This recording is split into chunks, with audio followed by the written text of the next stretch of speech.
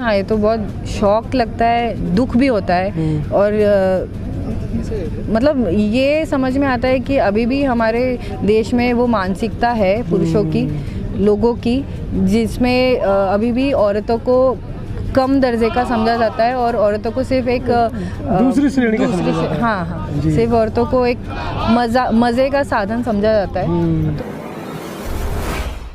लगातार हम नागपुर से आपको खबरें दिखा रहे हैं। मेरे साथ इस समय मित्तल गडलिंग हैं, तो महाराष्ट्र से आई हैं, रेलवे की कर्मचारी हैं। आज के इस ऐतिहासिक समागम में वो भी अपनी सहभागिता दर्ज करा रही हैं। आइए जानते हैं उनसे आज के इस कार्यक्रम को। उन्होंने देखा नागपुर में है, अपने आप में नागपुर नागों का देश कहा जाता है, नागों की भूमि कही जाती है। बाबा साहब ने यहाँ दीक्षा ली, उसको लेकर वो कितनी प्रोत्साहित है उस पर भी चर्चा करेंगे। मैडम स्वागत है आपका। मैडम जय भीम। जय भीम जय भीम।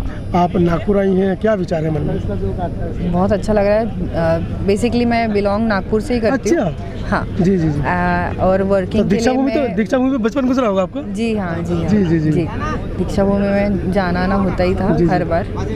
और वैसे तो मैं कार्यरत हूँ मुंबई में और एजीएम के उपलक्ष्य में हम लोग आज नागपुर आए हैं और बहुत खुशी हो रही है कि नागपुर में ये कार्य संपन्न हुआ और रेलवे मिनिस्टर के हस्ते ये सब बहुत अच्छे से पार हो गया सारा।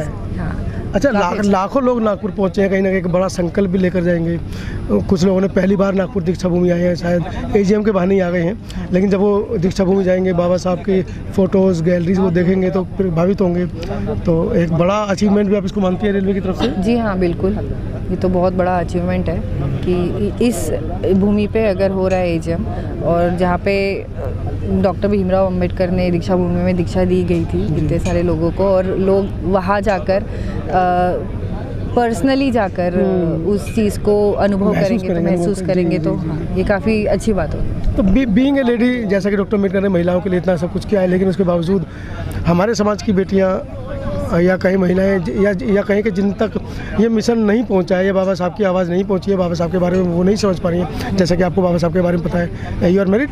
Yes sir. हाँ, आपने सिंदूर भी नहीं पहना है और आपने मंगलसूत्र भी नहीं पहना है ना, लेकिन हमारे समाज के अंदर बहुत सारी अभी भी करोड़ महिलाएं ऐसी हैं जो इन सब चीज़ों में विश्वास करती हैं, पाखंड, अंधविश्वास, कर्मकांड के ऊपर विश्वास करती हैं। तो आप ऐसा क्या संदेश उनको देना चाहेंगे? मैं सिर्फ यही कहना चाहूँगी कि आपको पढ़ने मिलेगा तो आप ज़रूर पढ़िए, और ऐसा कुछ नहीं है कि अगर काफ़ी लोगों की ऐसी मान्यता होगी कि क्या करना है पढ़ लिख के, कुछ तो नौकरी नहीं होती या कुछ नहीं होता, बट मैं ये समझती हूँ कि पढ़ाई करना बहुत ही बेसिक नीड है लाइफ में, तो हमें ज़रूर पढ़ना चाहिए।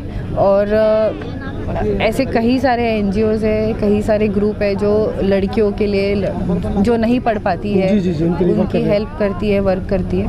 तो ऐसे इनसे हम सब ने जुड़ना चाहिए और सब ने इसके ऊपर काम करना चाहिए। तो क्या लगता है, जैसे कि लगभग आज़ादी के 75 वर्ष हो चुके हैं, आपको क्या लगता है कि महिलाओं की जो आज़ादी जिसकी बात की जाती है, महिला सशक्तिकरण की बात की जाती है, सरकारें कह रही हैं बेटी बचाओ बेटी पढ़ाओ, लेकिन सोशल मीडिया पर लगातार बेटियों के साथ हो रहे हादसे, जघन्य अपराध, उनके अंदर वृद्धि दिख रही है। खास करके देश के नामी गिरामी बाबा जिनकी आस्था महिलाएं करती हैं, नेताओं के नाम निकल कर आते हैं, तो ऐसे में एक बड़ा शौक लगता है, नहीं? जी हाँ, ये तो बहुत शौक लगता है, दुख भी होता है और मतलब ये समझ में आता है कि अभी भी हमारे देश में वो मानसिकता है पुरुषों की, लोगों की, जिसमें अभी भी औरतों को कम दर्जे का समझा जाता है और औरतों को सिर्फ एक दूसरी श्रेणी का हाँ, सिर्फ औरतों को एक मज़े का साधन समझा जाता है। तो ये बहुत ही आज भी ऐसी मान्यताएं है, हर कई जगह पे है। हालांकि कुछ जगह इतना ज़्यादा अच्छी चीज़ें हो गई है कि वहाँ पे महिलाएं आगे बढ़ रही है बहुत, अभी तो महिलाएं चांद तक जा रही है। तो ये भी सही बात है कि जा रही है, बट हाँ, कहीं हमारे देश में ऐसी बहुत सारी जगह है कि जहाँ पे कुरीतियाँ अभी भी है और बुरी सोच अभी भी है। तो उसके लिए हम लोग सभी प्रयास करते रहते हैं। रेलवे के माध्यम से भी हम लोग बहुत सारे जगह जगह जाके हम लोग प्रसार करते हैं कि महिलाओं को किस तरीके का शिक्षण देना चाहिए और महिलाओं को अच्छी शिक्षा और संस्कार जो बोला जाता है कि good touch, bad touch and all things, ये सारी चीज़ें हम लोग रेलवे पाठ्यक्रम में तो अभी भी नहीं है। पाठ्यक्रम में तो है नहीं अभी तक, वो होना चाहिए। हम लोग भी मतलब यही चर्चाएं कहते हैं चल कि रही हैं, होना बातें कर रहे हैं, लेकिन कहीं है नहीं। चाहिए। देखेंगे अभी क्या चलिए- नई चलिए- सरकार आई तो करेंगे कुछ। एक सवाल और निकल कर आता है कि एक तो देश के नागरिक, ऊपर से दलित नागरिक, और उसके ऊपर तुर्रा ये है कि दलित महिला नागरिक, मतलब तीसरे दर्जे में आ गई, क्योंकि स्वर्ण महिलाओं के मुकाबले आज भी दलित महिलाओं की yes। जो स्थिति है वो वाकई में दयनीय है। Yes, ऐसा है। मानती हैं? हाँ है दयनीय है। देखा जाए तो हमारे वर्ग का शायद 1% ही हिस्सा ऐसा है कि जो आगे बढ़ चुका है, पर 99% लोगों के साथ में ये सब चीज़ें नहीं है। लेकिन जैसे उसके हम- बावजूद वो लोग कह रहे हैं कि आरक्षण ले लिया है, खैरात ले ली है, शिक्षित हो गए हैं, करोड़पति अरबपति बने गए हैं, तो- इनके ऊपर तो क्रीमी लेयर लगाइए, बहुत सारे सवाल ऐसे निकल कर आते तो हैं। फिर अगर ऐसा होता है तो सेंसेक्स कर लेने चाहिए। मतलब अच्छा, मैं ये समझती हूँ आपके कि- पूरे परिवार में या हस्बैंड के पूरे परिवार में किसी के पास BMW गाड़ी है? जी नहीं, तो कहाँ हम, मतलब धन्ना सेठ कहाँ से हैं? क्या कहे अभी।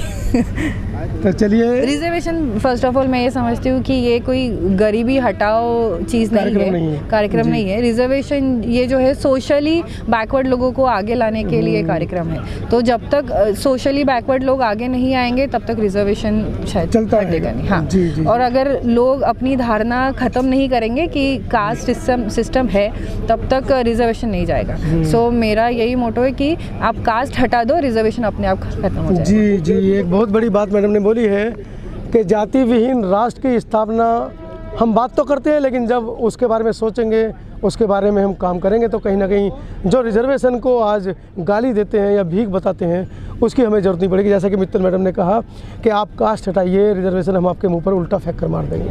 एक बहुत बड़ा सच है। इस सच को आप कैसे देखते हैं, मित्तल मैडम की बातों से कहाँ तक सहमत हैं, कमेंट सेक्शन में हमें ज़रूर लिखिएगा। धन्यवाद।